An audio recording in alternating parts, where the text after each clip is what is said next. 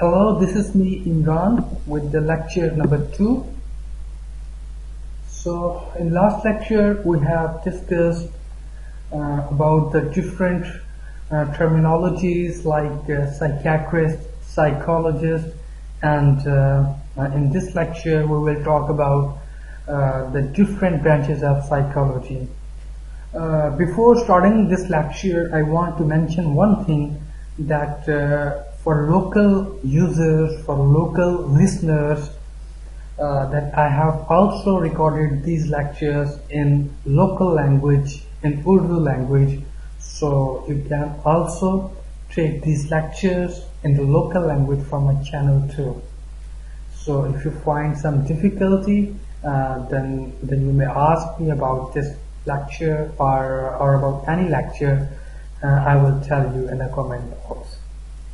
So today we are moving towards the lecture number 2, and the lecture is psychology, definition and different branches of psychology. First of all, we will move towards the definition of psychology. As you are watching that, the psychology is the scientific study of behavior and mental processes. Basically, the psychology word is derived from two words. Psycho means mind and ology means study. It means that psychology is the study of mind. So this is the meaning of psychology, that study of mind. So first of all, three things are discussed here in this definition. One is scientific study, two is behavior, and three is mental processes.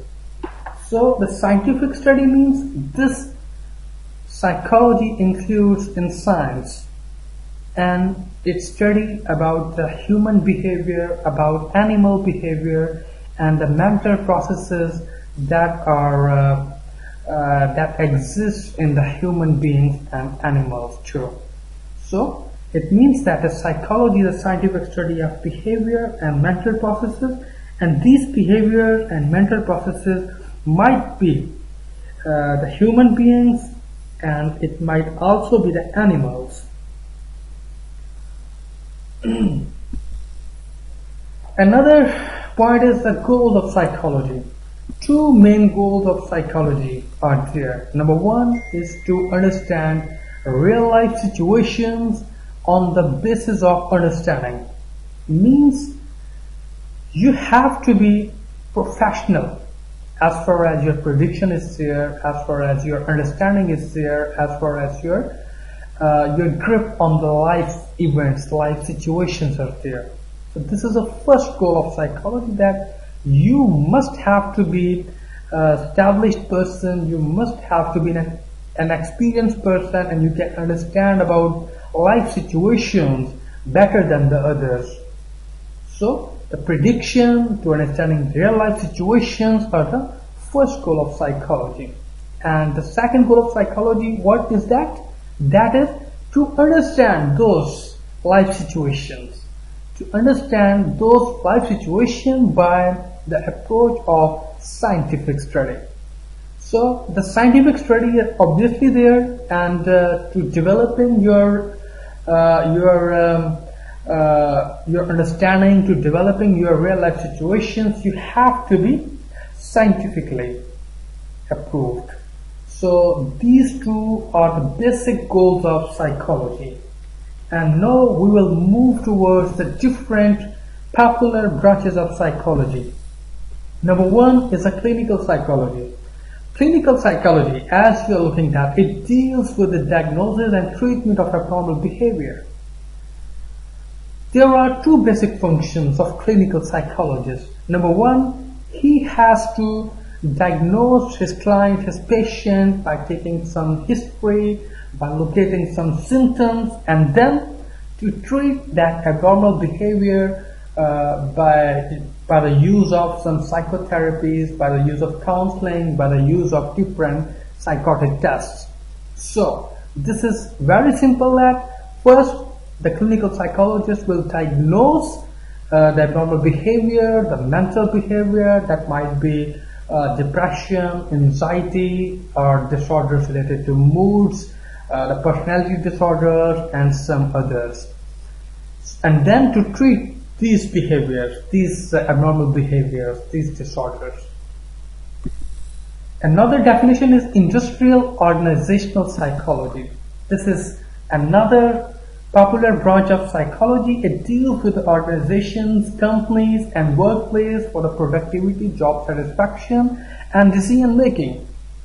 Meaning that when the manager of the company, the owner of the company employs a psychologist in their company, then psychologist has been asked to enhance or increase the productivity.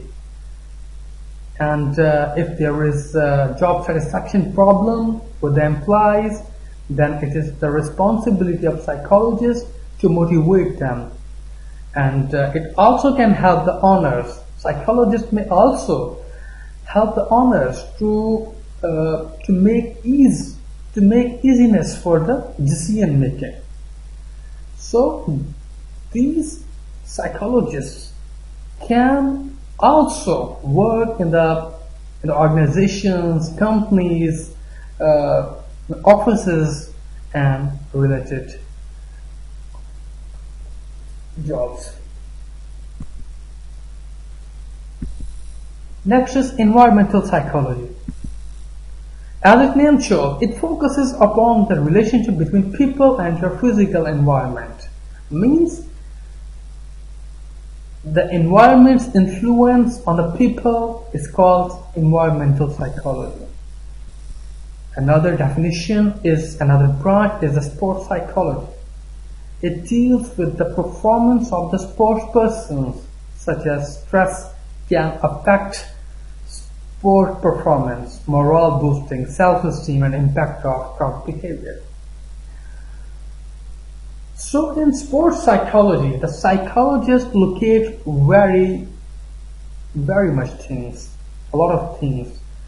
He can monitor the performance of the player, meaning that in normal circumstances, what is the performance of the player, and in difficult time, in pressure time, what is the performance of the player.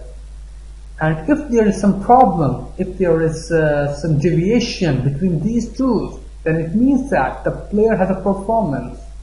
His nerves are not up to the mark. His morale is not up to the mark when the pressure comes. So to enhance, to improve his self-esteem, to enhance the player's morale, to enhance the performance of the player, the psychologists are hired. And professionally, every team hired a psychologist. So the psychologist also guides to the players that how to respond to the crowd if they are behaving bad. Next is the forensic psychology. These type of psychology or psychologists are deal to the criminal behavior. The legal jurisdictions are involved in the forensic psychology, because when a person commits crime, then usually few people pretend that they are abnormal. They're not normal. So a criminal psychologist or a forensic psychologist deals with such circumstances. And another branch is cognitive psychology. Cognitive psychology means the psychology of the mind, the psychology of the mental processes, the psychology of the decision making, the psychology of the thinking, attention, motivation, emotion. All these things comes from the cognitive psychology, because all these things come from the mind. These are the internal states of the mind, that how the processing of internal mindset is there, how that is working. Developmental psychology, as its name shows, that to develop, if a person, from the birth of the person to the death, throughout throughout the person's lifetime, a developmental psychologist look at all these things. The developmental psychologist locates the human growth, physical, emotional, intellectual, social, perceptual, and personality development of a person from his birth to the death. Another important branch of psychology is the social psychology. Social psychology uses scientific methods to understand and explain how thoughts, feelings, behaviors of individuals are influenced by the actual, imagined, or implied presence of other human beings. Social psychology deals with a society. What is in the society? In the society, there are many people. How to deal with them? How to work with them? How to behave with them? How to match your behavior with them? How to feel with them? So all these things comes in social psychology. So this lecture has been finished, and I will see you in the next lecture. That would be probably about school of thought, and from the first school of thought we will start in the next lecture, and your interest will be there because I feel that we'll move towards the beginning of psychology from the school of thought named as structuralism. The definition of the school of thought will be there, so you must be aware. And I hope that you will be, it will be very beneficial and helpful for your academic performance, and you will get a lot more in the upcoming lectures.